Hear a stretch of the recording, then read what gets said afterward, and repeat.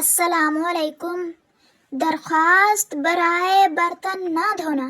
السلام علیکم جناب ماما صاحبہ، گزارش ہے کہ آپ کے گھر کی فرد لائبہ خالد جو زیر پیدائش ہے، ان کا کل رات سے برتن دھونے کا دل نہیں چاہ رہا ہے۔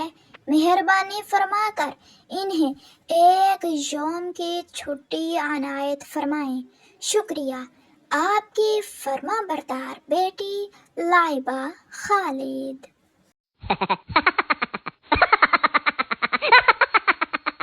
چھٹی کی درخواست۔ السلام علیکم، میں ہوں سوالی جناب عالی۔ مؤدبانہ گزارش ہے، نہ دھوپ ہے نہ بارش ہے، ناک میں خارش ہے، خارش سے بخار ہے، وہ بھی 104 ہے۔ آپ یہ سمجھ لیں بندہ سخت بیمار ہے، درسگاہ آنے سے لاچار ہے، بڑا ہی برا حال ہے، کتاب کھولنا وبال ہے، صرف ایک چھٹی کا تو سوال ہے، آپ کی قبولیت کا انتظار ہے، غرض آپ کی نوازش ہے، ورنہ میری تو گزارش ہے، فقط آپ کا فرما بردار۔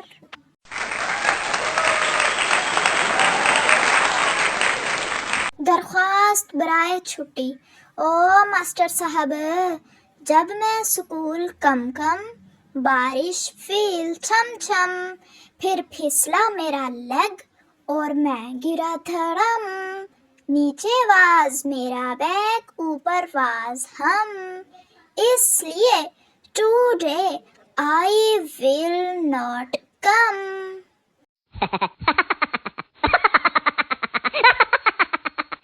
پپو کی فیس معافی کی درخواست۔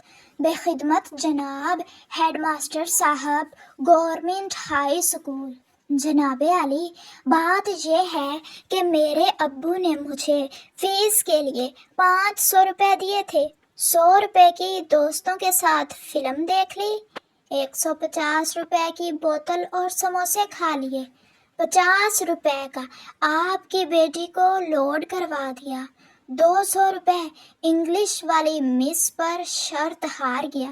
میں سمجھتا تھا کہ ان کا صرف ریاضی والے سر کے ساتھ چکر ہے، پر ان کا تو آپ کے ساتھ بھی چکر ہے۔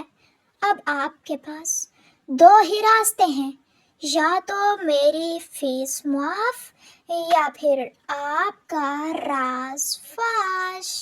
آپ کا فرما بردار پپو۔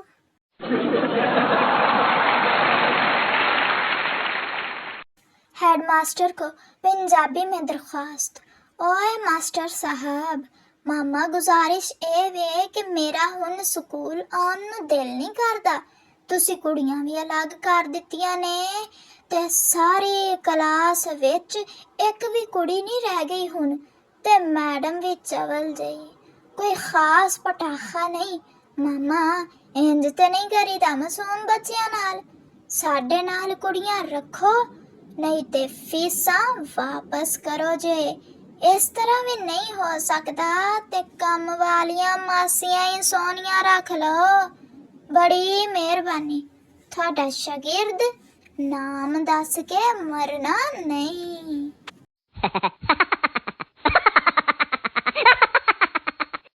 8ویں جماعت کے طالب علم کو چور پر ایک مضمون لکھنے کو کہا گیا۔ یہ اس نے لکھا ہے، چور بھی کسی ملک کی معیشت کا ایک اہم حصہ ہوتے ہیں، وہ روزگار فراہم کرنے اور ملک کی ترقی میں اہم کردار ادا کرتے ہیں۔ آپ کو یہ پڑھ کر حیرت ہو سکتی ہے، لیکن میں اس پر کچھ روشنی ڈالتا ہوں۔ سیف، تالے، لوکر، الماری وغیرہ صرف چوروں کی وجہ سے بنتے ہیں۔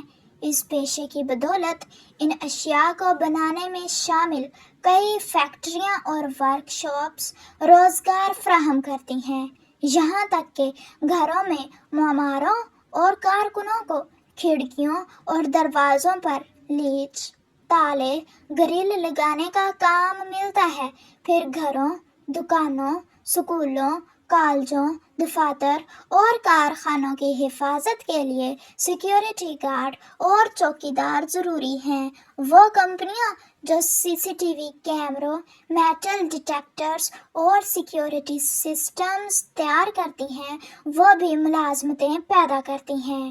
چوروں کی وجہ سے پولیس افسران، عدالتی عملہ، جج، وکلاء اور دیگر ملازم ہیں جو پولیس کے لیے رکاوٹیں، ہتھیار، گولیاں، لاٹھیاں، یونیفارم، گاڑیاں اور موٹر سائیکلوں کی خریداری سے معیشت کو فروغ دینے میں مدد ملتی ہے۔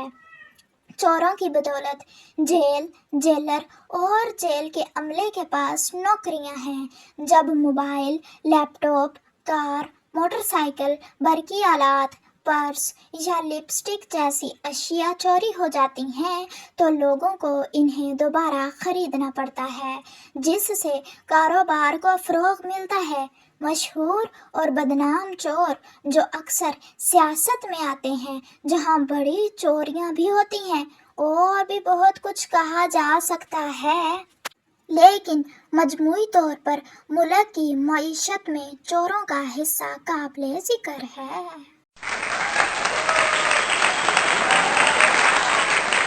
تو پیارے دوستو، امید ہے آپ نے ہماری ویڈیو کو فل انجوائے کیا ہوگا۔ مزید ایسی ہی فنی ویڈیوز دیکھنے کے لیے ہماری ویڈیو کو لائک، چینل کو سبسکرائب اور ایک پیارا سا کمنٹ کرنا مت بھولیے گا۔